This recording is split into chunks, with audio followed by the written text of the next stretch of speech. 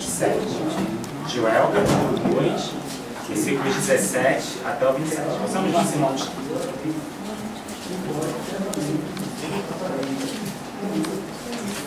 Chorem os sacerdotes, os ministros de Jeová, entre o pórtico e o altar, e digam: tem pena do teu povo, ó Jeová, e não constituas a tua herança em vituperio, para as nações dominarem sobre eles. Porque se havia de dizer entre os povos: onde está o seu Deus? E Jeová será zeloso para com o seu Deus, e se compadecerá do seu povo. E Jeová responderá e dirá ao seu povo: eis que vos envio o cereal, e o vinho novo, e o azeite, e vós certamente vos fartareis com isso. E não mais fareis de vós o vitupério entre as nações.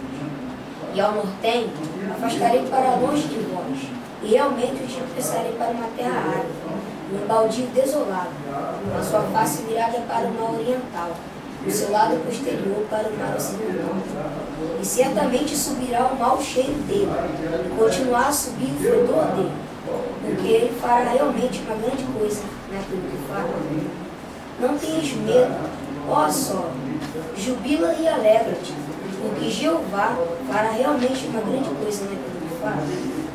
Não tenhas medo, vós animais da Belpina, porque as pastais do verde hão de ficar verdes, porque a árvore dará realmente seu fruto. A figueira e a videira terão de dar a sua energia vital.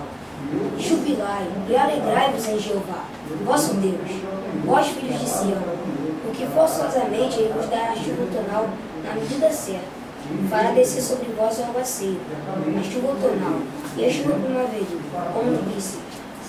E as eiras terão de estar cheias de cereais limpos, e os tanques de lagar terão de transbordar de vinho novo e de azeite. E eu vou compensar-vos pelos anos em que o gafanhoto, a larva de gafanhoto, e a barata e a largata comeram, e a grande força militar que enviei entre vós.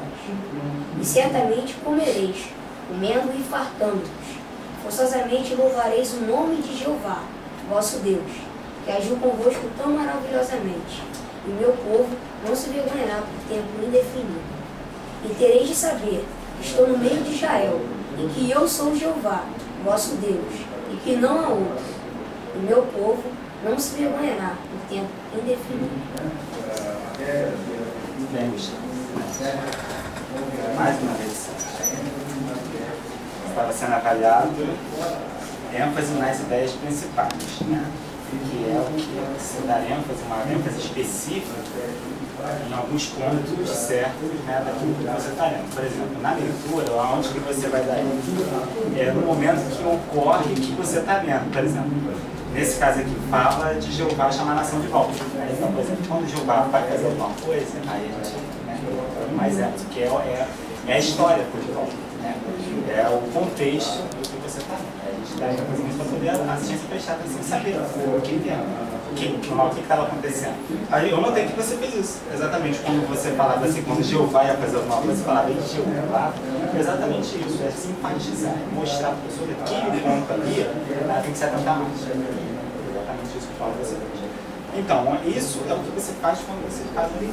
Conforme você for se desenvolvendo mais, daqui a pouco você vai fazer um discurso também, você vai ver como você vai fazer para dar ênfase em outro momento, sem ser leitura, né?